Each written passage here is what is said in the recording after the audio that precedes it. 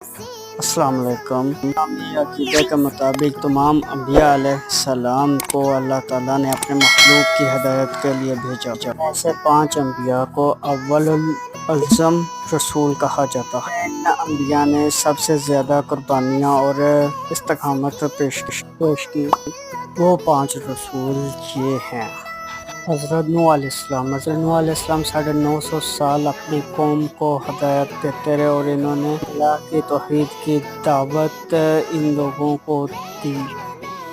حضرت ابراہیم علیہ السلام۔ حضرت ابراہیم علیہ السلام نے بہت ساری قربانیاں دی اور اللہ تعالیٰ کے خلیل بندے کہلائے، نبی کہلائے اور انہوں نے بہت قربانیاں دی۔ حضرت موسیٰ علیہ السلام۔ حضرت موسیٰ علیہ السلام کلیم اللہ کا لقب کہلائے، انہوں نے بنی اسرائیل کو فرعون سے نجات دلائی۔